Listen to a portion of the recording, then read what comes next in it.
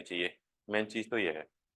तो आज हम जो पढ़ने वाले हैं, जायसी के बारे में हम पढ़ेंगे कल नेक्स्ट क्लास में, कि जायसी कैसे कवि हैं, क्योंकि जब इनकी हम रचना को पढ़ लेंगे, जो इन्होंने लिखा है उसको हम पढ़ लेंगे, तब हमें जायसी के बारे में हम पढ़ेंगे कि जायसी सूफी कवि हैं, ठीक है, और सूफी काव्य धारा से आते हैं, निर्गुण ब्रह्म को मानते हैं कि सगुण ब्रह्म को मानते हैं, सूफी काव्य क्या होता है। तो जब तक जायसी के बारे में हम नहीं समझेंगे तब तक हम प्रश्न हल नहीं कर पाएंगे। तो उससे पहले हम जायसी की रचना पढ़ लें जो हमारे पाठ्यक्रम में है, और उस रचना को पढ़ने के बाद में फिर हम उनसे संबंधित प्रश्न करेंगे कि वो कैसे प्रश्न पूछे जाते हैं। तो इसकी प्रश्नों की मैं लिस्ट भी बनवा दूंगा आपको। लेकिन आज हम जो काम करने वाले हैं वो ये है कि आज हम सुनेंगे पद्मावत की कहानी। बहुत इंटरेस्टिंग कहानी है, आप लोग आराम से सुनेंगे, और जहां आपको आपको नोट करने की आवश्यकता पड़े वहां आप नोट भी करते रहोगे, बाकी मैं यहाँ बोर्ड पे आपको लिखता रहूंगा। तो आज हम जो कहानी सुनने वाले हैं वो है हमारी पद्मावत।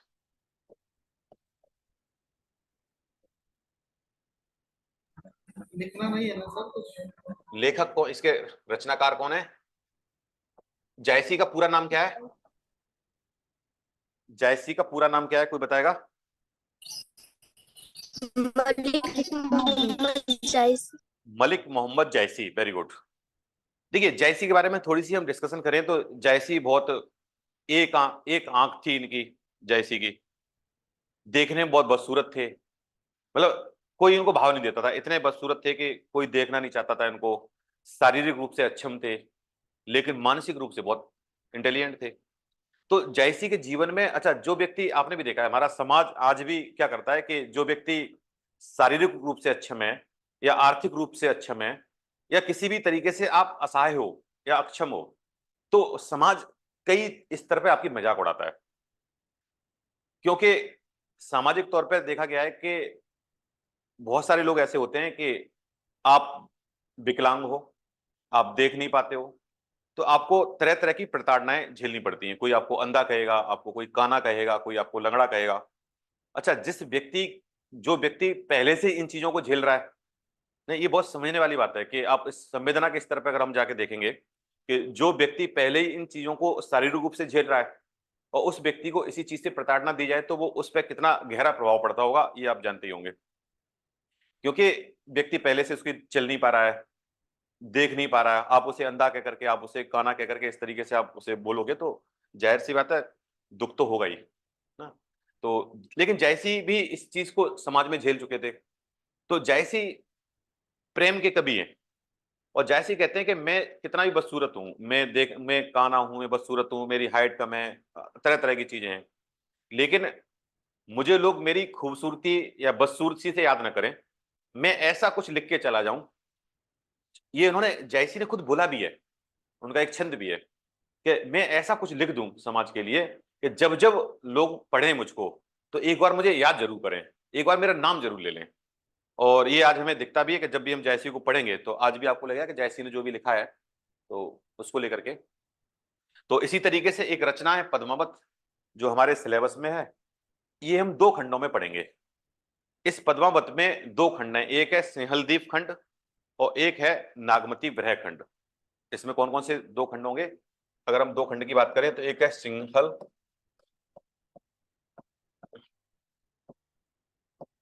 सिंहलदीप खंड, खंड तो कई है लेकिन हम, और एक है नागमती विरह। विरह का मतलब सब जानते हो आप?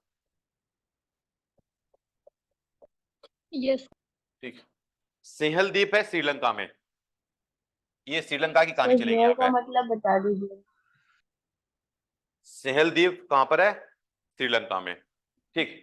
तो सिंहलदीप है, वहां की कहानी चलेगी। एक चलेगी हमारी नागमती, नागमती की जो कहानी चलेगी वो चलेगी हमारी राजस्थान में चित्तौड़ से, ठीक है। राजस्थान में जो चित्तौड़ जगह है वहां से इसकी कहानी चलेगी। विरह मैंने क्या बोलेगा? बिरह विरह खंड जो है ना, बिरह को भी समझ लेते हैं। बिरह का मतलब होता है वेदना, प्रेम दुख, में बिछड़। वेदना और दुख। वेदना सर, दुख मतलब क्या है सर कि सर ज्यादा उधर आपको दिखाई नहीं दे रहा। नहीं, सर उधर ज्यादा दिखाई नहीं दे रहा, स्क्रीन कट गया। सर स्लाइड थोड़ा इधर कर दीजिए। ठीक है, तो आप यहाँ लिख लो ना भी, नागमती विरह खंड है, यहाँ वेदना इतना खंडी तो आपको दिखाई नहीं दे रहा है, बस बाकी तो दिखाई दे रहा है। लिख लो, इसके बाद मैं इधर लिख लूंगा मैं, ठीक। सिंहलदीप खंड और नागमती खंड लिखा है उसके बाद में, जो आपको नहीं दिख रहा है ना वो खंड है, ठीक, तो उसको आप लिख लो। उसके बाद हम इधर ही लिखेंगे। विरह का मतलब होता है कि जब आप बहुत गहरे स्तर से वेदना में हो, दुख में हो ना, जैसे प्रेम में जब दो लोगों का ब्रेकअप हो जाता है, तो ब्रेकअप होने के बाद में क्या होता है, विरह, वेदना, या आप बहुत गहरे दुख से गुजर रहे हो। तो ये नागमती की अभी कहानी आगे आएगी, तो नागमती को हम देखेंगे उसका विरह कैसा है। तो यहां से हमारी कहानी शुरू होगी, और कहानी शुरू होने से पहले जैसा कि हमारा नियम है कि हम पात्रों का थोड़ा सा डिस्कशन करते हैं, कौन कौन से पात्र हैं। पात्र मतलब चरित्र। देखिए जो भी आपको समझ में ना आए आप मुझसे पूछते रहना, क्योंकि नए बच्चे हैं वो समझेंगे सर पात्र क्या होता है। तो पात्र का मतलब होता है करेक्टर, या हिंदी, और इसका दूसरा नाम है चरित्र। या जैसे आप नाटक देखते हो, मूवी देखते हो, है ना, तो उसमें क्या होते हैं, करेक्टर होते हैं। तो वो करेक्टर का ही हम लोग पात्र, और पात्र को और क्या बोलते हैं हम लोग, चरित्र। तो इसमें कौन कौन से लोग हैं उनकी हम बात कर लेते हैं। ठीक, तो यहां तक आपको समझ में आ गया। आज हम लोग पद्मावत की कहानी सुनने वाले हैं, और पद्मावत की कहानी में हम दो खंड में पढ़ेंगे, एक सिंहलदीप होगा, एक नागमती खंड होगा। और उसमें हम अभी पात्रों का डिस्कशन कर लेते हैं कि कौन कौन से लोग हैं जिनकी कहानी चलेगी ना। तो आप लोग धैर्य बना के बैठे रहेंगे और आराम से कहानी का एंजॉय करेंगे आज। उसके बाद हमारा काम शुरू होगा कल से। तो मैं आपको बता दूं कि इसमें जो हमारी कहानी शुरू होती है वो शुरू होती है सिंहलदीप से। तो सिंहलदीप मैंने यहाँ लिख लेता हूं,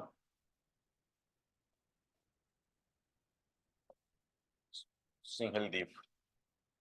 यहाँ का एक राजा है बहुत फेमस, उनके राजा का नाम क्या है, गंधर्व सेन। सिंहलदीप का राजा कौन है, गंधर्व सेन। और गंधर्व सेन की शादी हो गई है, राजा है, शादी हो गई है। तो जब भी हम शादी की बात करेंगे तो बराबर का चिन्ह लगाएंगे, तो इनकी होगी शादी। तो इनको दर्शाने के लिए सबसे अच्छा चिन्ह ये है कि इस तरीके से कर लेते हैं। इसका मतलब क्या है, जब भी हम ट्रायंगल बनाएंगे, जैसे आप लोग ना रिलेशन के क्वेश्चन सी सेट में सॉल्व करते होंगे या रीजनिंग में सॉल्व करते होंगे, तो जो मेल है, मेल को हम दर्शाते हैं ट्रायंगल से, और फीमेल को हम दर्शाते हैं किससे, राउंड गोले से, जिससे आपको पता रहेगा ये मेल है फीमेल है। क्योंकि कई सारे ऐसे क्वेश्चन आते हैं ना जहां आपको समझ में नहीं आता कि मेल कौन है फीमेल कौन है। तो हम, अच्छा, गंधर्व सेन की शादी तो हो गई है, लेकिन नाम नहीं पता कैसे शादी हुई है, जिक्र नहीं किया जायसी ने। तो यहाँ पे मैं क्वेश्चन मार्क लगा देता हूँ कि शादी हो गई है। आप लिख सकते हो कि शादी तो हो गई, लेकिन पता नहीं है शादी किससे हुई है। लेकिन ये पता है कि उनकी एक लड़की पैदा हुई है, उस लड़की का नाम है पद्मावती।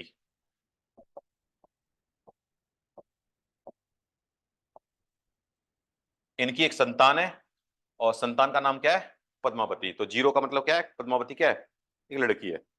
ठीक,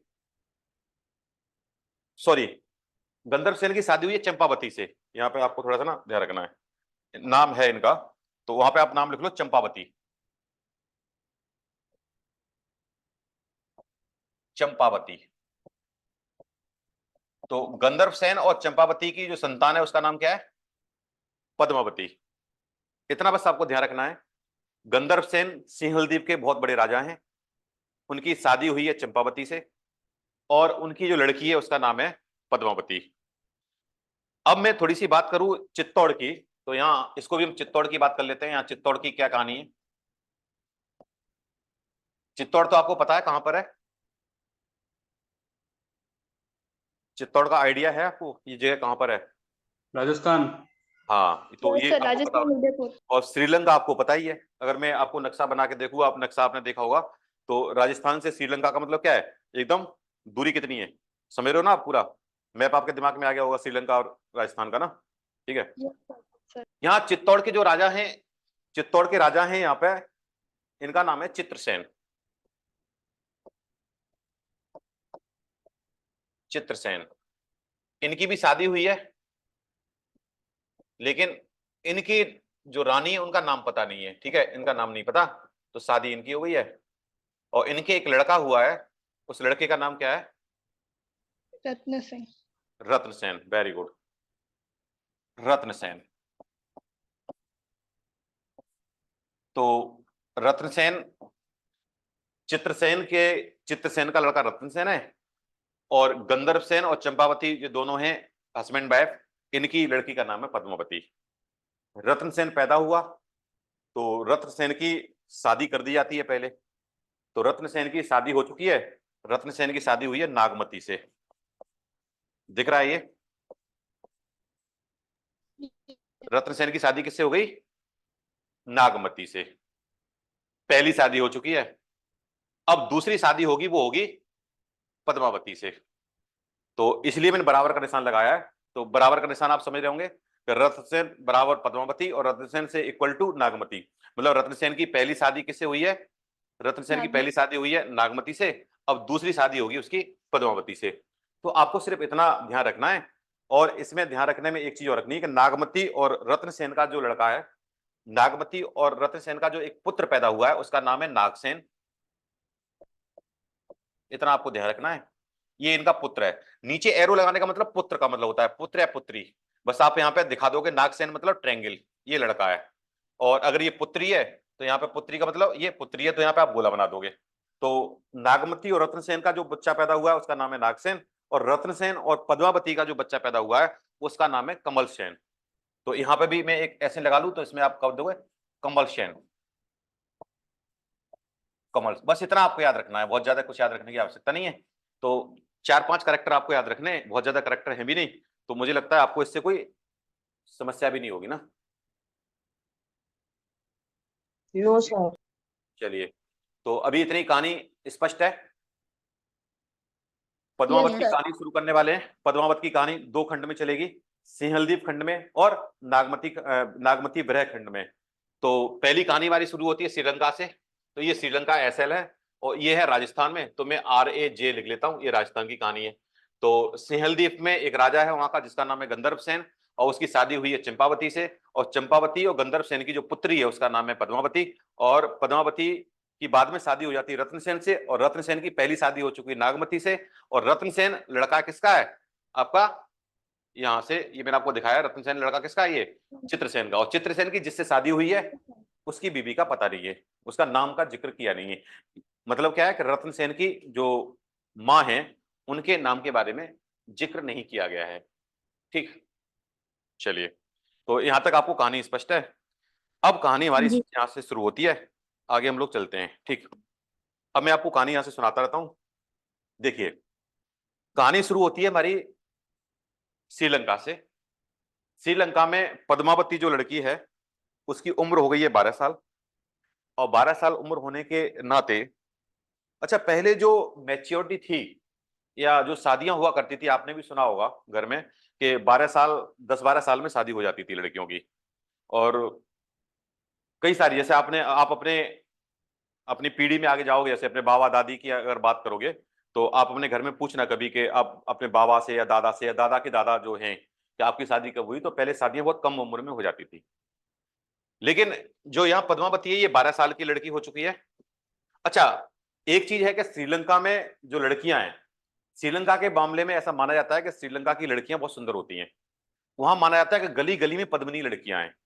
पूरे विश्व स्तर पर सबसे सुंदर महिलाएं या लड़कियां जो हैं, जो प्रोडक्शन होता है, जो अच्छी सुंदर महिलाओं का प्रोडक्शन होता है, वो कहां पे होता है? श्रीलंका में।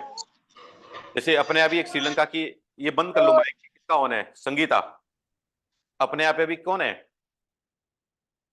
अपने यहाँ एक हीरोइन है ना, क्या नाम है उसका जो श्रीलंका की है? जैकलीन। ठीक है, तो पद्मावती, आप लोग माइक बंद कर दोगे या फिर मैं?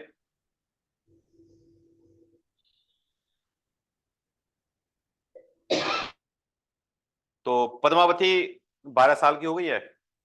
पद्मावती को बड़ी चिंता हो रही है कि मेरी शादी क्यों नहीं कर रहे मेरे पापा। अब 12 साल की उम्र में पद्मावती सोचती है कि मेरी शादी हो जाए, और उसके मन में शादी के बहुत सारे विचार आते हैं। पद्मावती का एक बेस्ट फ्रेंड है, पद्मावती का एक बहुत अच्छा दोस्त है जिसका नाम है हीरामन। यहां पे आप कहीं लिख लो, हीरामन तोते का नाम है। ये हमेशा पद्मावती के साथ रहता है, और पद्मावती जो भी अपनी मन की बात है वो इस तोते से बोलती है। वैसे पद्मावती के लिए राजा ने, गंधर्व जो सेन है, उन्होंने पद्मावती को रहने के लिए एक 7 मंजिला महल की व्यवस्था की हुई है, जिसमें 7 मंजिल पे 7वें माले पे रहती है पद्मावती।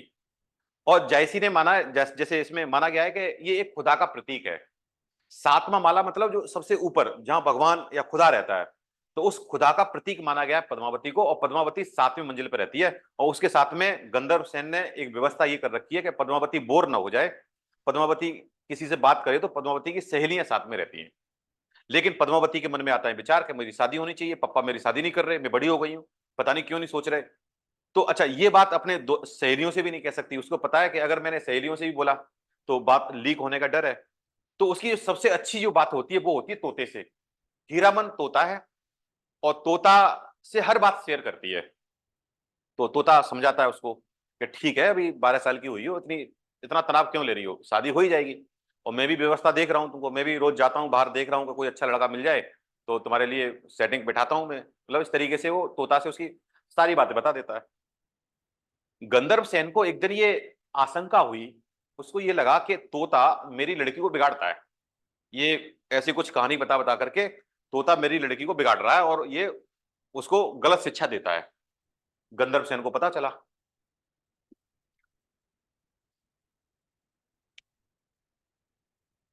ये बात तोता को पता चल गई। तोता को पता चल गई कि गंधर्व सेन को पता चल गया है कि तोता पद्मावती को बिगाड़ रहा है। उसने बोला कि अगर जिस दिन में हाथ लग गया गंधर्व सेन के, तो उस दिन ये छोड़ेगा नहीं मुझको, ये मार देगा।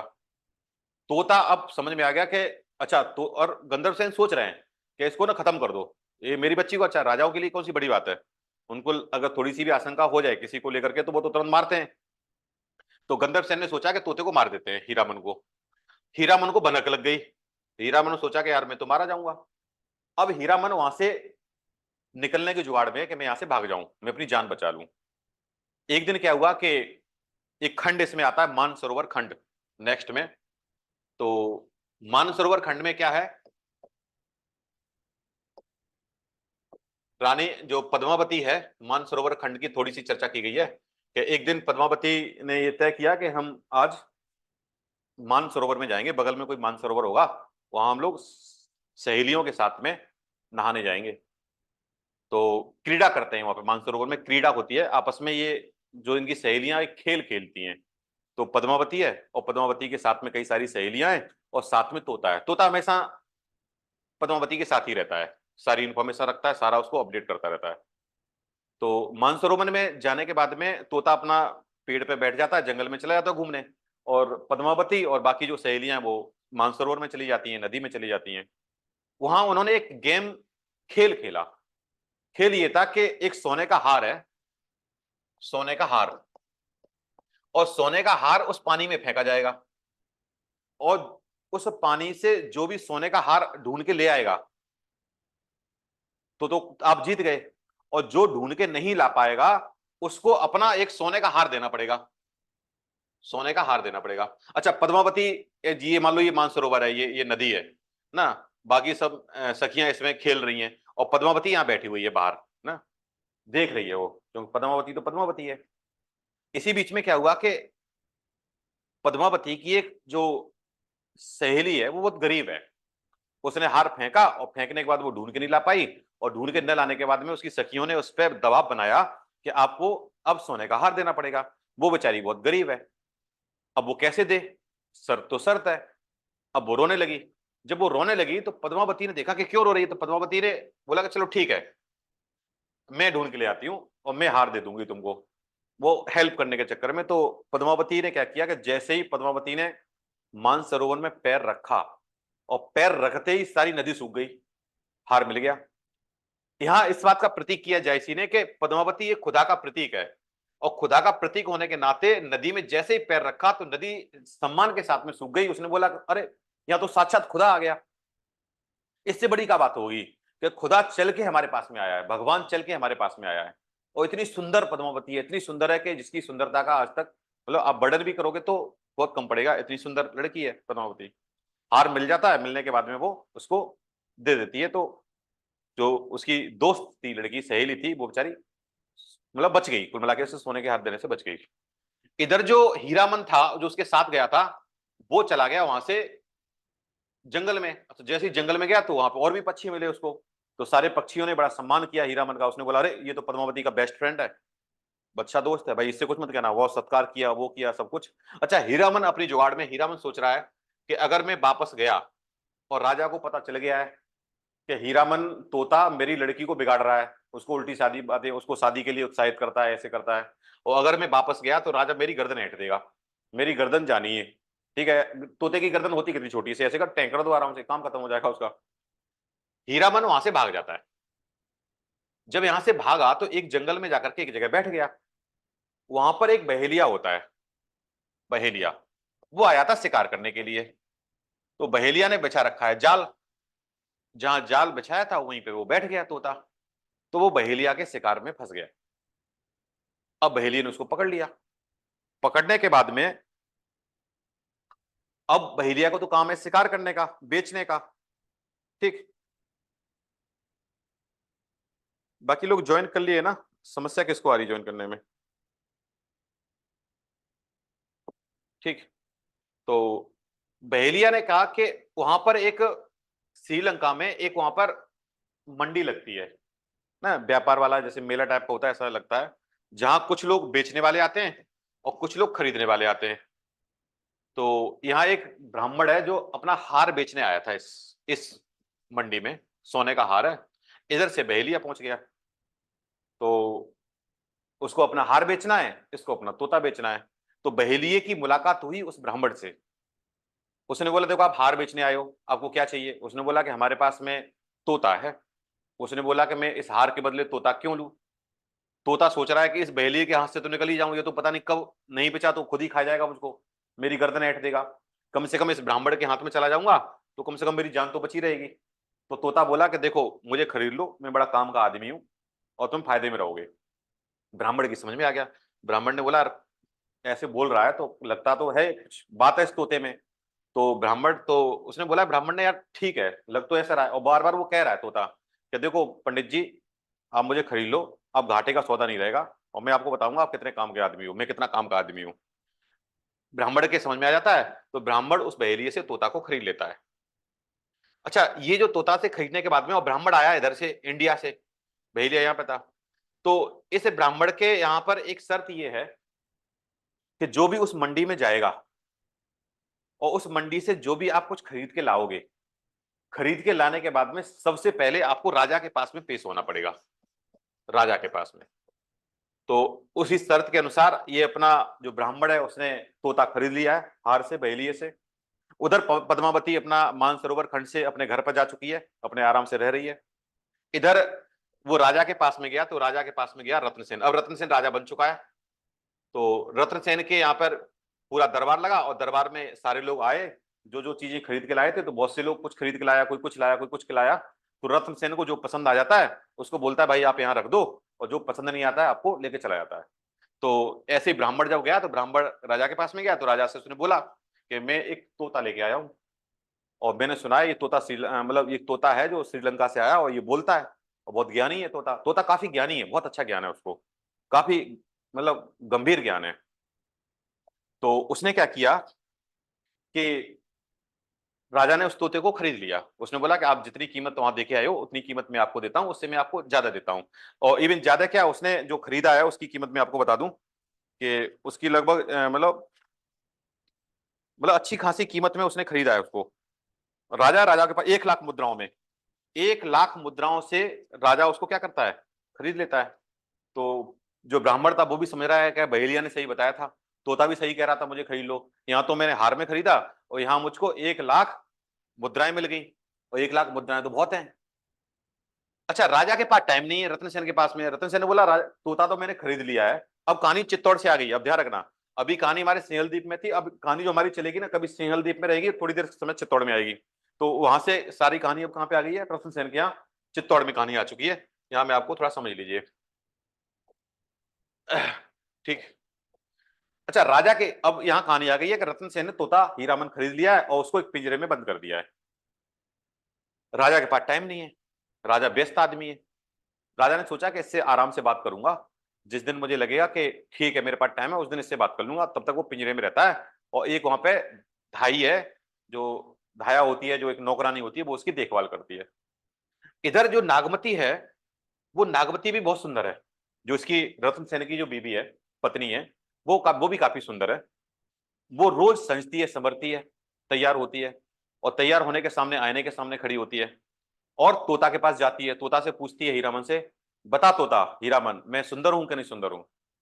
अब तोता हीरामन सोच रहा है कि यार जान भी बचानी है, तो उसने बोला कि वो घुमा फिरा के बात करता है, वो कहता है कि ठीक है सुंदर हो, तुम यहाँ के हिसाब से सुंदर हो। नागमती गुस्से में आ गई, भाई राजा की पत्नी है रानी। नागमती ने बोला कि सही सही बता।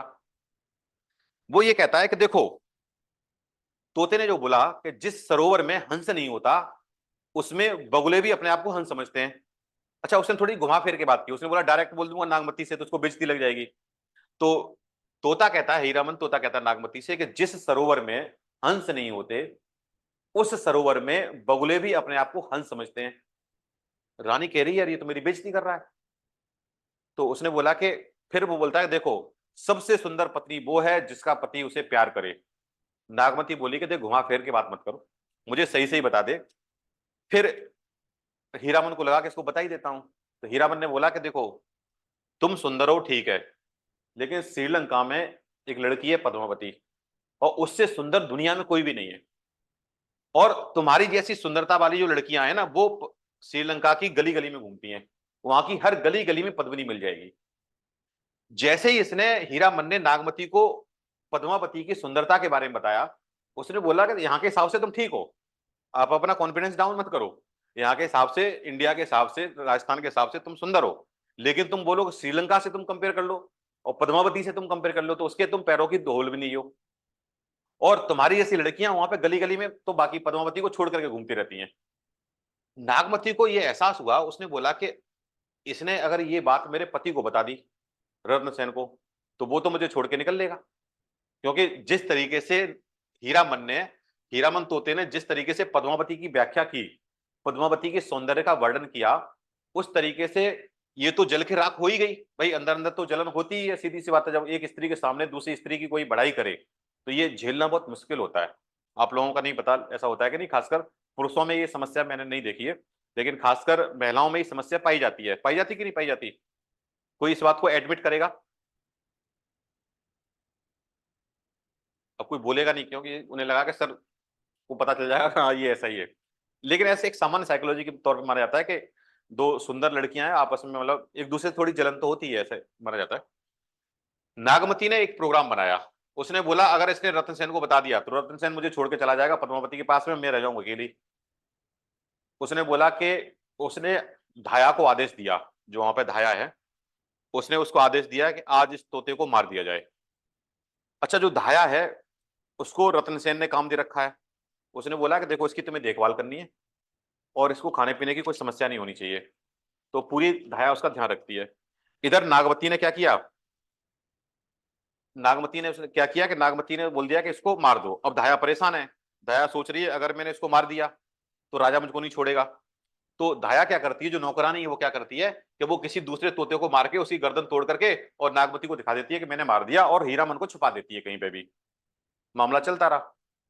एक दिन आया रत्नसेन। अच्छा, रत्नसेन तो रोज ही आता है, तो उसने बोला कि हीरामन दिखाई नहीं दे रहा। तो उसने धाया से पूछा कि तोता कहाँ गया, हीरामन कहाँ गया।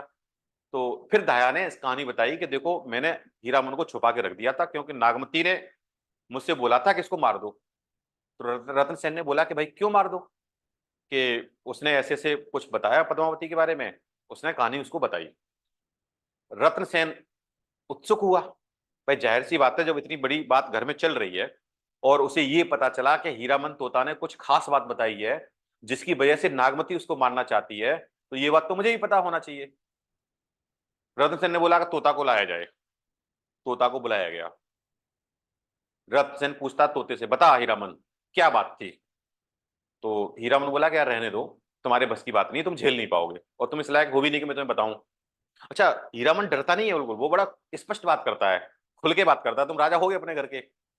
तो अब राजा को और थोड़ी सी उत्सुकता हुई, उसने बोला भाई सही सही बता दे क्या बात है, जो भी ये बता दे। तो उसने बोला कि देखो बात असली ये है कि मैं आया हूं श्रीलंका से, और श्रीलंका में एक लड़की रहती है पद्मावती, और उसके पिताजी का नाम है गंधर्व सेन, जो वहां का सबसे बड़ा राजा है।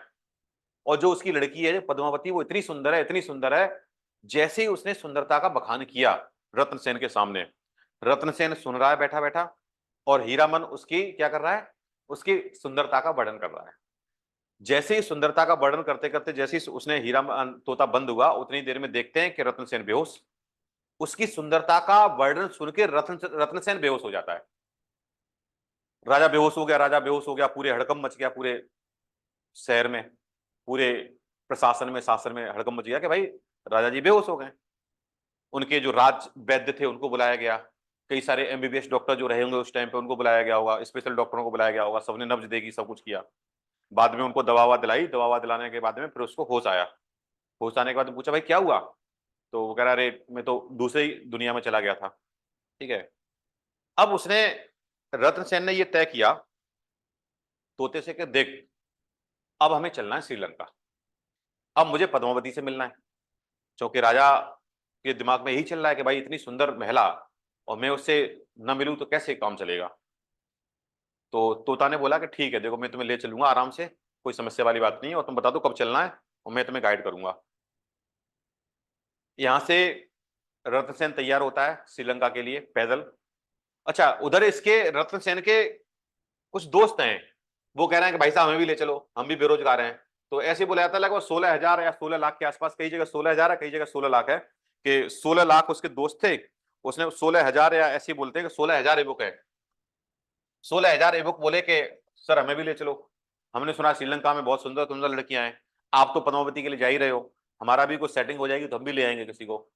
तो रतन से बोला ठीक है चलो, मैं बात कर लूंगा भाई अपने ससुर जी से कि तुम्हारे लिए भी कोई व्यवस्था कर दें। तो इधर से चित्तौड़ से रत्नसेन, और रत्नसेन के साथ में 16,000 उसके जो युवक हैं साथ में, ये सारे लोग पैदल पैदल निकलने लगते हैं, कहां के लिए, सैलदीप के लिए, श्रीलंका के लिए। अब देख रहे हो आप, अब नक्शा देखो यहां से ना, ये श्रीलंका है, ये राजस्थान है। अब यहां से ये पैदल निकल के, राजस्थान से यहां से पैदल निकल के कहां पे आएंगे, ये यहां तक आना है इनको। ना कोई हथियार, ना कोई घोड़े, ना कुछ, क्योंकि युद्ध तो करना नहीं है, प्रेम के रास्ते पे चलना है, प्रेम के लिए जा रहे हैं। तो सारे लोग अपने चल दिए हैं, चलते चलते चलते चलते आ जाते हैं समुद्र के पास में।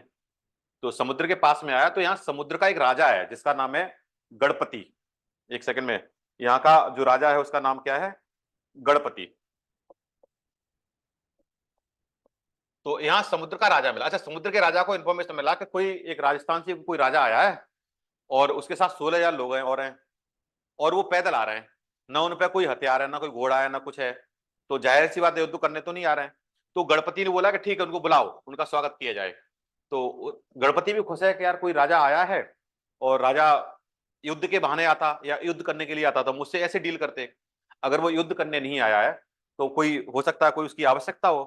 तो वो चित्तौड़ के राजा से मिलता है, और चित्तौड़ के राजा रत्न सेन से पूछता है कैसे आए, तो बोलता है देखो हमें जाना है श्रीलंका, तो आप हमारी सहायता कर दो।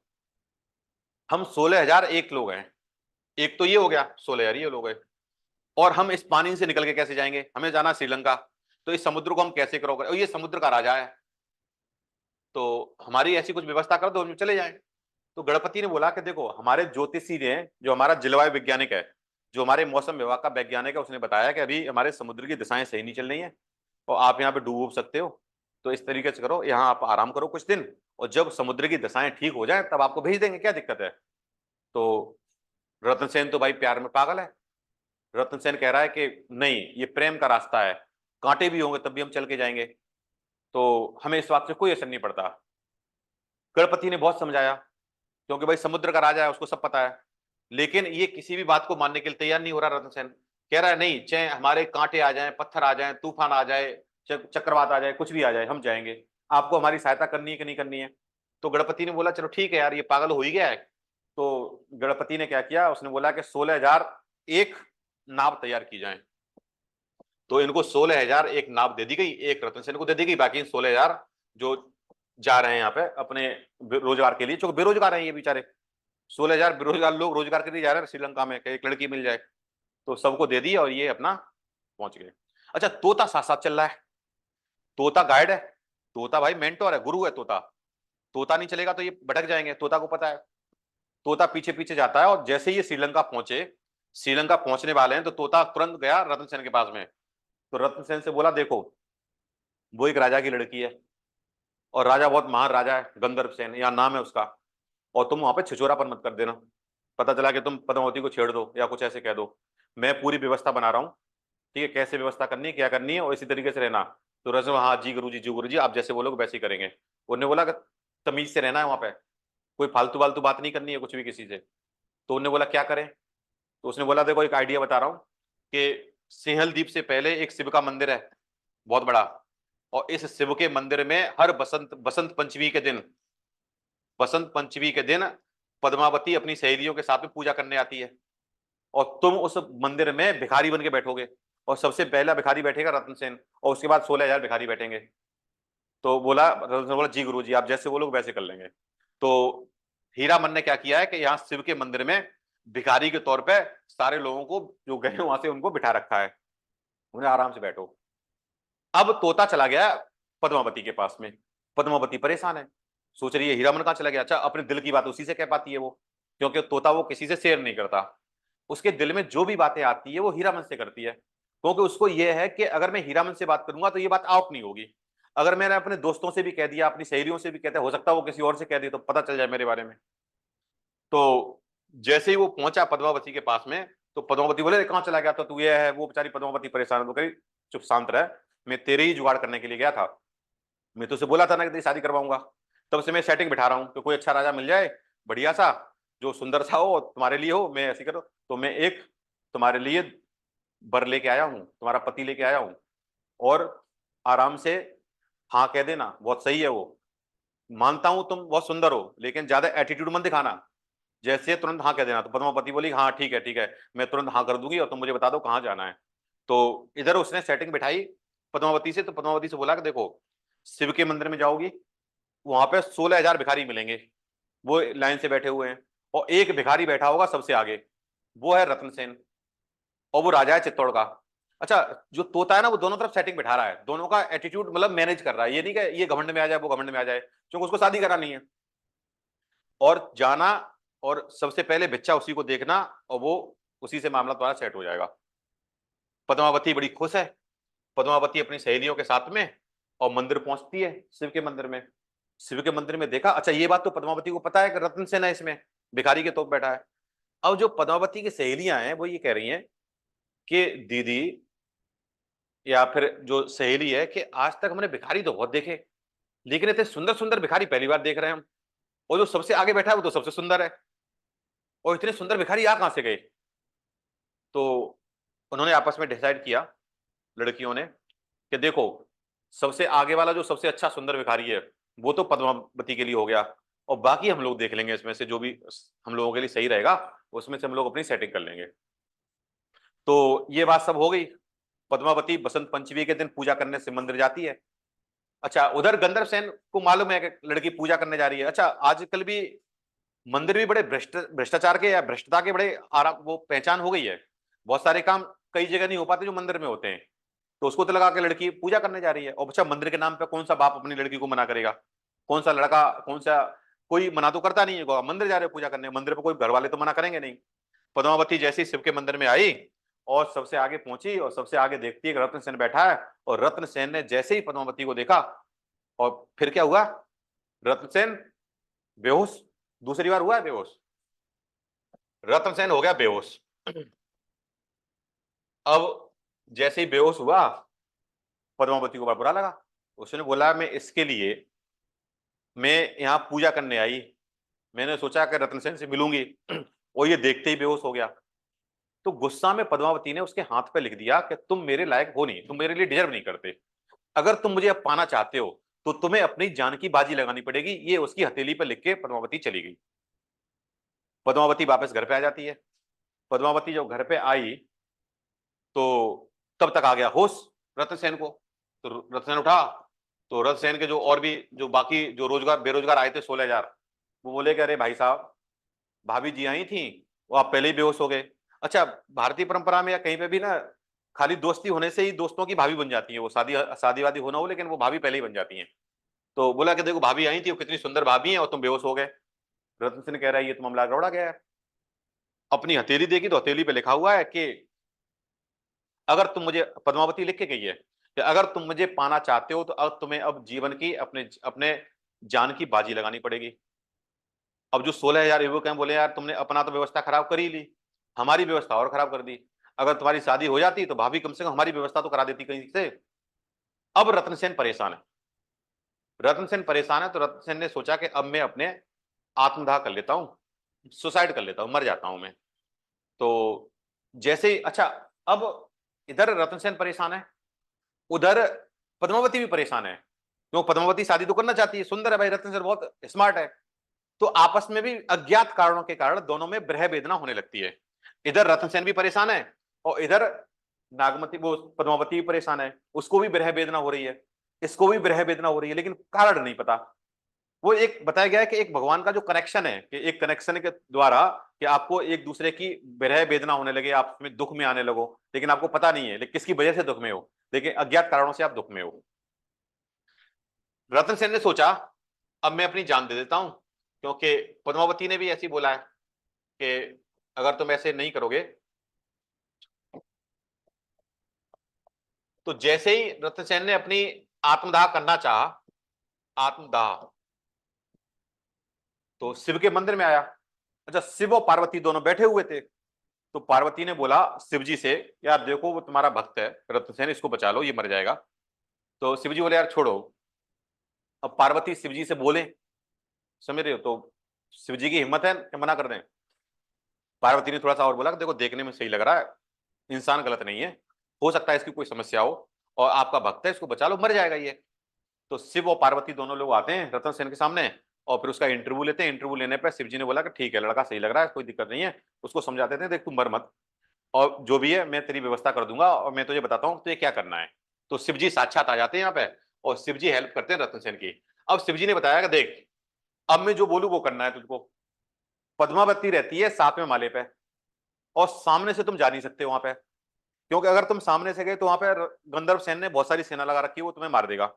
और तुम्हारे पास तुम 16,000 लोगों, लेकिन 16,000 लोगों पे तुम पे है डंडा भी नहीं, तो तुम कुछ कर पाओगे नहीं। तो तुम 7वें माले से पीछे वाला एक रास्ता, शिवजी ने बताया कि पीछे वाले रास्ते से जाना, और मैं एक इन्फॉर्मेशन पद्मावती को भिजवा देता हूं, और वहां जाने के बाद में तुम अपनी बात कर लेना, उसको ले आना। तो ये बोला जी सर, आप जैसे बोलो वैसे ही कर लेंगे, लेकिन ये तो उतावला हो रहा है बहुत ज्यादा, अंदर से बहुत उत्सुक है। इसने क्या किया, ये सीधे पद्मावती के घर पे पहुंच गया, और पहुंचने के बाद में उसके सामने गेट पे खड़ा हो गया, और 16,000 लोग आगे खड़े हुए हैं भिखारी के तौर पे। तो वहां का जो दरबार था उसने पूछा भाई क्या बात है। तो ये कहता है कि मुझे पद्मावती के हाथों से भिक्षा चाहिए।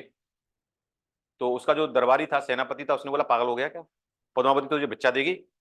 तो ये बात गंधर्व सेन के पास में पहुंची कि सर वो कोई 16,000 कोई भिखारी आए हुए हैं और बाहर खड़े हुए हैं, वो ये कह रहे हैं कि पद्मावती के हाथ से भिक्षा चाहिए। गंधर्व सेन, और मार दो सबको।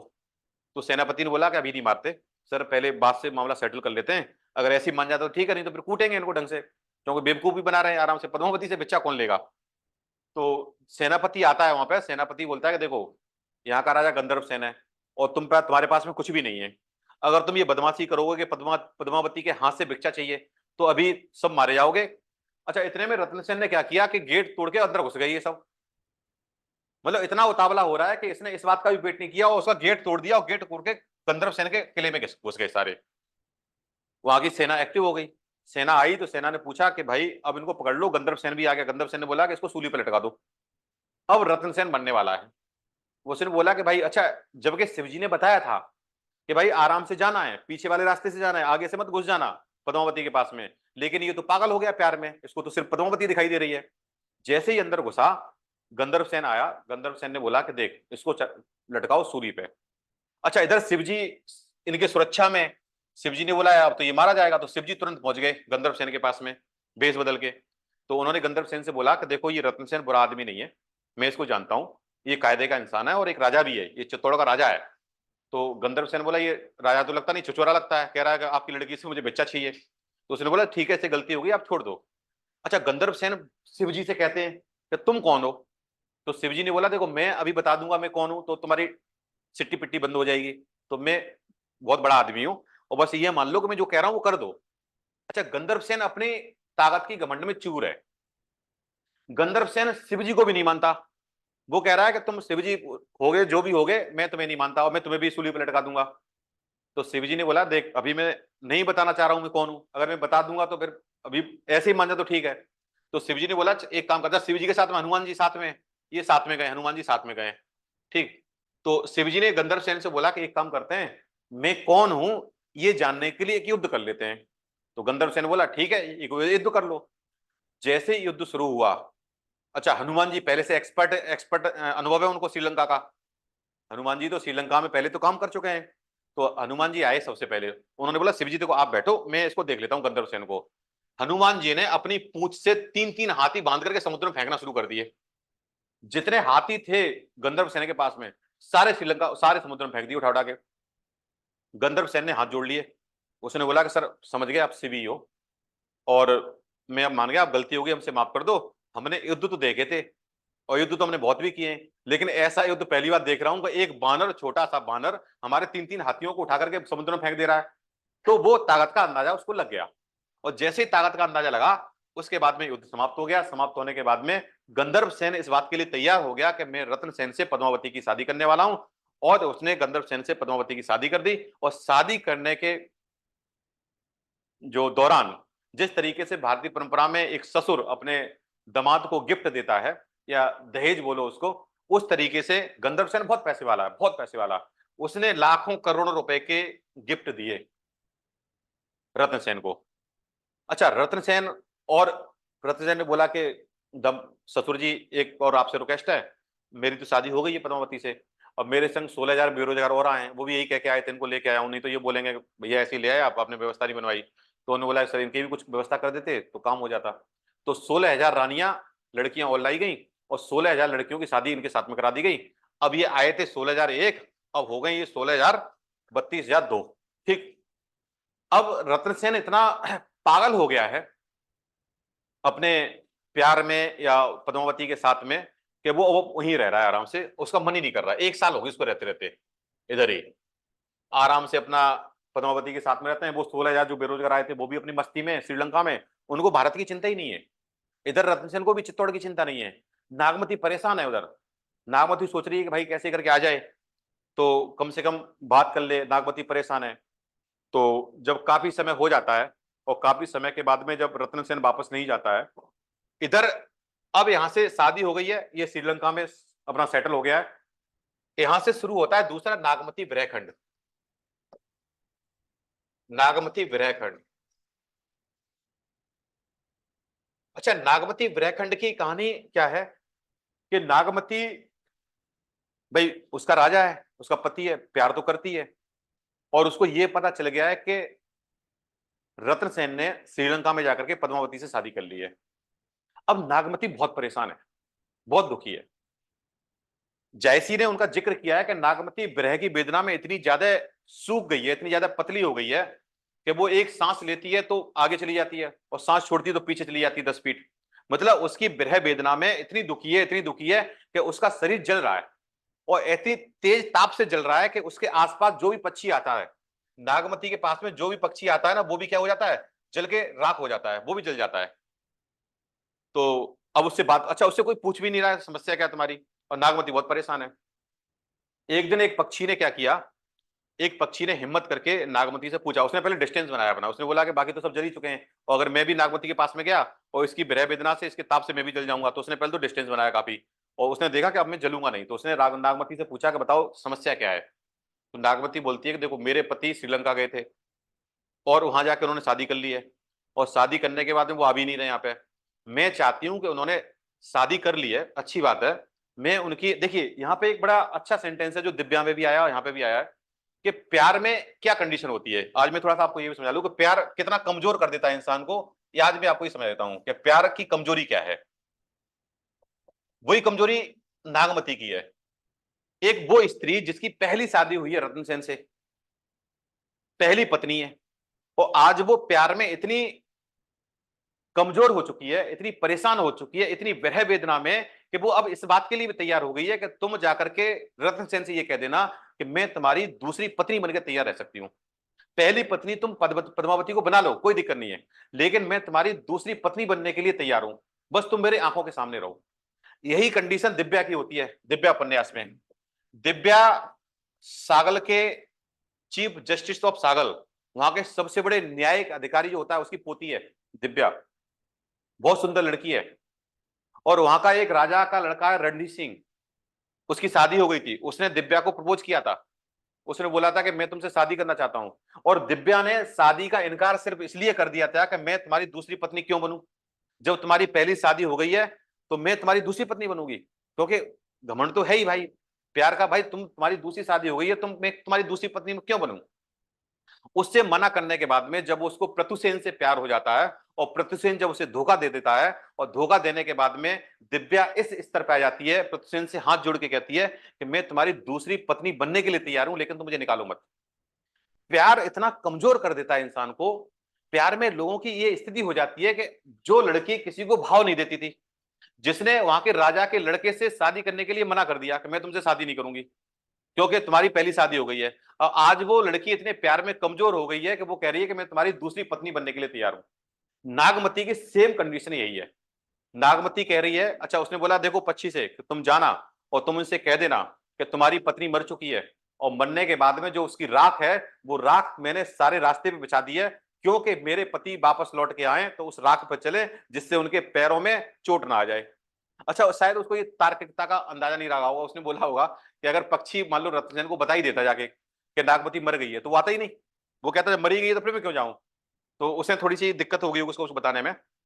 अच्छा जैसे ही पक्षी ने सारी बात सुनी, पक्षी बोला देखो अब तुम टेंशन फ्री रहो, अब मैं जा रहा हूँ श्रीलंका और मैं जाके रत्नसेन से बात करता हूँ, मैं बताऊंगा। तो भाई जैसे ही गया तो दोनों लोग पद्मावती और रत्नसेन एक पेड़ के नीचे बैठे हुए हैं और आपस में भाई बातें कर रहे हैं।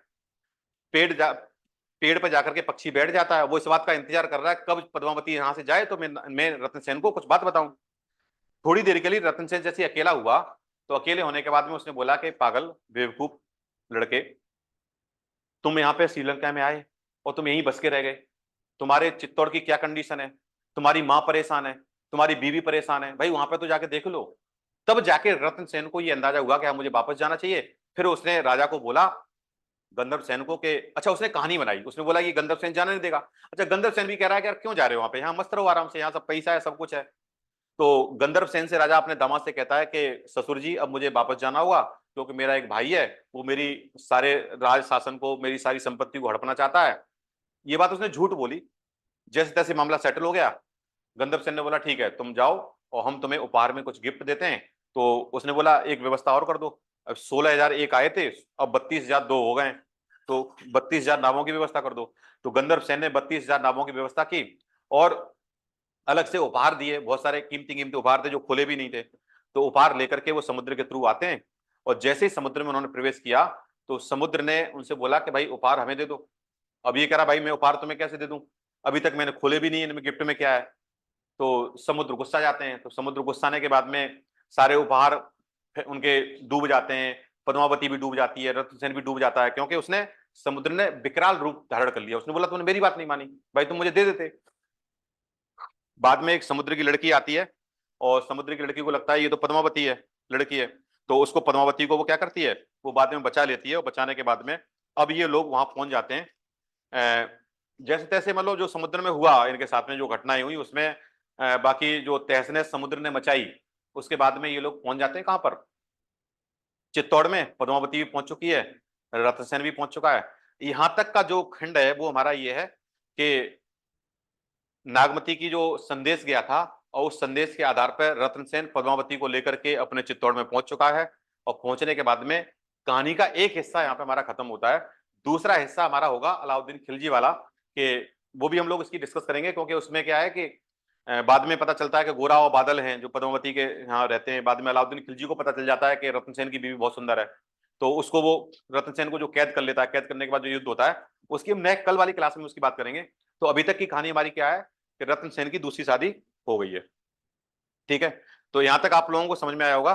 अब कल वाले हिस्से में हम थोड़ा सा लास्ट वाला हिस्सा देखेंगे अलाउद्दीन खिलजी वाला, कि चित्तौड़ के राजा से जो युद्ध होता है और उसको कैद कर लिया जाता है। उसके बाद में गोरा और बादल युद्ध करते हैं, और उसके बाद गोरा का तो सर कट जाता है, सर कटने के बाद भी वो युद्ध करता है, ठीक है, क्योंकि उसको पद्मावती चाहिए थी, और पद्मावती की एक शान है हमारे देश की, ठीक है। तो इसके लिए यहाँ तक कि आपको कहानी समझ में आ गई होगी। बाकी हम लोग कल कहानी करेंगे। इसके बाद हम लोग जायसी के बारे में बात करेंगे कि जायसी सूफी कवि हैं, उन्होंने प्रेम पे लिखा हुआ है, निगुण प्रेमाश्रयी के कवि हैं, और जायसी इस पद्मावत से हमारे कैसे प्रश्न यूपीएससी में पूछे जाएंगे, इसकी हम लोग कल बात करेंगे। तो यहां तक मुझे उम्मीद है आप लोगों को ये कहानी समझ में आई होगी, बहुत इंटरेस्टिंग है। कल थोड़ी सी कहानी और है 20 मिनट की, उसको खत्म करने के बाद में फिर हम इससे संबंधित प्रश्न करना शुरू करेंगे कि यूपीएससी में हमारे पाठ्यक्रम से कैसे प्रश्न पूछे जाते हैं। ठीक है, तो बाकी हम लोग मिलते हैं आपसे कल। Okay, thank you.